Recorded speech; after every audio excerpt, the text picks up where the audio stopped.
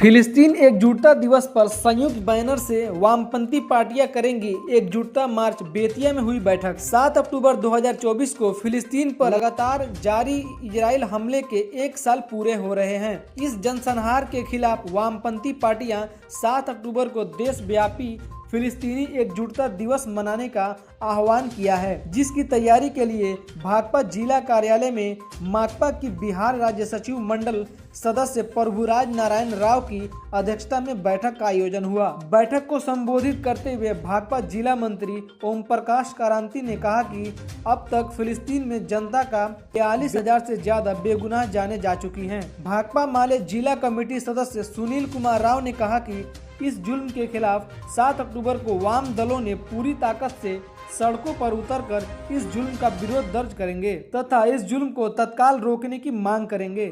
साथ ही मोदी सरकार से यह मांग किया जाएगा कि इजराइल को हथियार के निर्यात पर फौरन रोक लगाई जाए और शांति प्रक्रिया की हिमायत की जाए।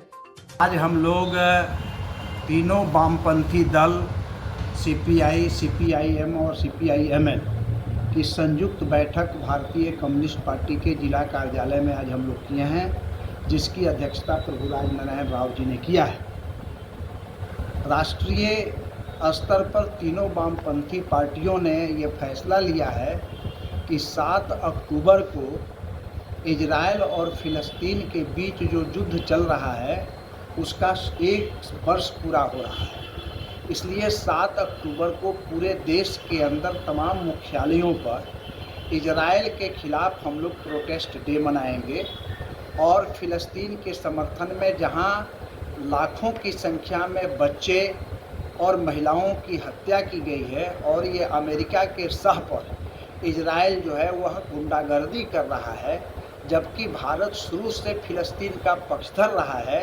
लेकिन वर्तमान में जो भारत सरकार है उसने अपने विदेश नीति में तब्दीली करते हुए फिलिस्तीन के बजाय इजराइल का समर्थक बनी हुई है। हमारे देश का विदेश नीति का आधार है शांतिपूर्ण सह अस्तित्व। हमारे विदेश नीति का आधार है। हम युद्ध के विरोधी रहे हैं, हमेशा युद्ध का मुखालफत हम करते रहे हैं। विश्व में शांति स्थापित करने के लिए तमाम वामपंथी पार्टियां प्रयास करती है, आवाज़ उठाती है।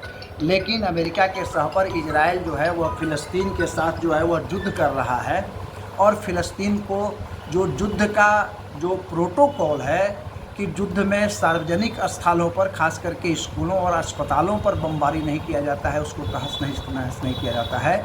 लेकिन तमाम युद्ध के प्रोटोकॉल को नेगलेक्ट करके इजराइल जो है वह फिलिस्तीन के स्कूलों पर, फिलिस्तीन के अस्पतालों पर प्रहार किया है 1 वर्षों के दरमियान, जिसमें बहुत सारे लोग मारे गए हैं। इसका प्रोटेस्ट हम लोग करेंगे और 7 तारीख को 11 बजे से बेतिया राजदेवरी से मार्च निकाल करके हम लोग कलेक्ट्रेट गेट पर जा करके अपना प्रतिरोध दर्ज कराएंगे।